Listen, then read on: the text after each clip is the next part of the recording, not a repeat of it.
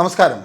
കേരളത്തിലെ ലോക്സഭാ തെരഞ്ഞെടുപ്പിൽ കോൺഗ്രസ് നടത്തിയ ഏറ്റവും തന്ത്രപരമായ ഒരു നീക്കമായാണ് വടകരയിൽ നിന്നും കെ മുരളീധരനെ തൃശ്ശൂരേക്ക് സ്ഥാനാർത്ഥിയായി മത്സരിപ്പിച്ചതും പാലക്കാട്ടെ MLA ആയ ഷാഫി പറമ്പിലിനെ വടകരയിൽ കൊണ്ടുവന്നതും എന്നാണ് കോൺഗ്രസിനുള്ളിലും പുറത്തുമൊക്കെയുള്ള കാര്യമായ ചർച്ച.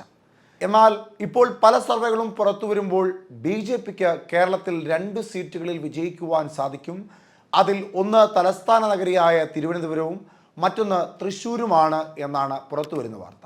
എന്നാൽ ഇതിനെതിരെ ശക്തമായ രീതിയിൽ തന്നെ മറുപടി പറഞ്ഞു MPയും തൃശ്ശൂരിലെ ലോക്സഭാ സ്ഥാനാർത്ഥിയുമായ കെ മുരളീധരൻ. വളരെ നല്ല പ്രതികരണമാണ് എല്ലാ വിഭാഗം ജനങ്ങളുടെ ഇടയിൽ നിന്ന്. ഇവിടെ ചില ചാനലുകളൊക്കെ ചില സർവേ എന്ന് പറഞ്ഞിറങ്ങിയിട്ടുണ്ട്. അതൊക്കെ മാനിപ്പുലേറ്റഡ് ആണ്. അവർ കഴിഞ്ഞ തവണ വടകരയിൽ ജയരാജൻ വിജയിക്കുന്നു പറഞ്ഞവര് അങ്ങനെ ചില ഗിമിക്കുകൾ കാണിക്കുന്നുണ്ട്. അതുകൊണ്ടൊന്നും UDF പ്രവർത്തകരുടെ മനോവീര്യം തകരില്ല. തൃശ്ശൂർ ഉൾപ്പെടെ 20-20 UDFനാണ് തവണ. അത് അക്കാര്യത്തിൽ യാതൊരു സംശയമില്ല. ഇത്തരത്തിൽ സർവേ ഫലങ്ങളൊക്കെ കാട്ടി കോൺഗ്രസ് പ്രവർത്തകരുടെ മനോവീര്യം തകർക്കാമെന്നും ആരും വിചാരിക്കേണ്ട. അങ്ങനെ തകരുന്നതൊന്നുമല്ല കോൺഗ്രസ് പ്രവർത്തകരുടെ മനോവീര്യമെന്ന് അദ്ദേഹം പറയുന്നു.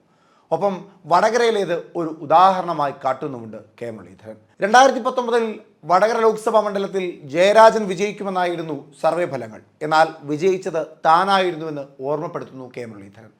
അങ്ങനെ ശക്തമായ ഭാഷയിൽ തന്നെയാണ് സർവേകൾക്കെതിരായി അദ്ദേഹം മറുപടി നൽകിയിരിക്കുന്നത്. കൂടാതെ നിലവിൽ മാധ്യമങ്ങളിൽ ചർച്ചയായിക്കൊണ്ടിരിക്കുന്ന സത്യഭാമ വിഷയത്തിലും അദ്ദേഹം കൃത്യമായ നിലപാട് പറഞ്ഞു. സത്യഭാമയുടെ വിഷയത്തിൽ സംഘപരിവാറിന്റെ അജണ്ടകളാണ് നടപ്പാകുന്നത് എന്ന് അദ്ദേഹം വ്യക്തമാക്കുന്നു.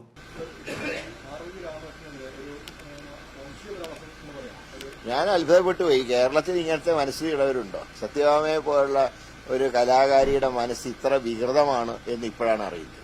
അപ്പോൾ ഇങ്ങനെ വികൃതമായിട്ടുള്ള മനസ്സ് കേരളത്തിൽ ഒരിക്കലും വിലപ്പോവില്ല എന്ന് തെളിയിക്കാൻ നമുക്ക് കഴിയാം. അതിനെല്ലാവരും ഒറ്റക്കെട്ടായി ഇതുപോലുള്ള വംശീയ പരാമർശങ്ങളെ ശക്തമായിട്ട് എതിർത്ത് തോൽപ്പിക്കേണ്ടതാണ്. ഇതിലെ ഒരു സംഘപരിവാറിന്റെ അജണ്ട ഇതിലൊക്കെ കാണാൻ കഴിയുന്നുണ്ട്. അല്ലാതെ കുടുംബക്ഷേത്രത്തിലെ നൃത്തത്തിന് ക്ഷണിച്ചതുകൊണ്ടൊന്നും BJPയുടെ ഈ പാവക്കറ കളയാൻ കഴിയില്ല. കേരളത്തിൽ ഇപ്പോഴും ഇത്തരത്തിലുള്ള മനുഷ്യരുണ്ടോ എന്ന് അത്ഭുതപ്പെടുത്തുന്നു എന്ന തരത്തിലേക്കാണ് അദ്ദേഹത്തിന്റെ മറുപടി. ഒപ്പം സംഘപരിവാറിന്റെ ചില അജണ്ടകൾ ഇതിലൂടെ നടപ്പാകുന്നുണ്ടെന്നും ഇതിനെല്ലാം പിറകിൽ സംഘപരിവാറിന്റെ കൈകളുണ്ടെന്നും അദ്ദേഹം തുറന്നടിക്കുന്നു. എന്തായാലും ഈ 2 വിഷയങ്ങളിലുമുള്ള അദ്ദേഹത്തിൻ്റെ നിലപാടുകൾ രാഷ്ട്രീയപരമായി ഒരു പ്രതിഫലനം ഉണ്ടാകും എന്നത് തീർച്ചയാണ്. അതിൽ ആദ്യ വിഷയത്തിൽ സർവേ ഫലങ്ങളിലൂടെ BJP കേരളത്തിൽ അധികാരത്തിൽ വരും എന്ന് പറയുമ്പോൾ അത്തരത്തിൽ ഇതുപോലെ നിരവധി സർവേ ഫലങ്ങളായിരുന്നു താൻ മത്സരിച്ചിടങ്ങളിലെല്ലാം ഉണ്ടായിരുന്നത്. അതിനെയെല്ലാം അതിജീവിച്ച ഒരു ചരിത്രമാണ് തനിക്കുള്ളത്. ഇവിടെയും താൻ അത്തരത്തിൽ അതിജീവിക്കുക തന്നെ ചെയ്യുമെന്ന് അദ്ദേഹം വ്യക്തമാക്കുന്നു. സത്യഭാമ വിഷയത്തിൽ ഒരു വലിയ ആരോപണം ഉയർത്തിക്കൊണ്ടാണ് അദ്ദേഹം മറുപടി പറഞ്ഞിരിക്കുന്നത്. സത്യഭാമ വിഷയത്തിലും തൃശ്ശൂർ സർവേയിലുമൊക്കെ അദ്ദേഹം തന്ന മറുപടിയും രാഷ്ട്രീയ കേരളത്തിൽ ചർച്ചാ വിഷയമാകുവാൻ സാധ്യത ഏറെയാണ് എന്ന് തന്നെ പറയാം.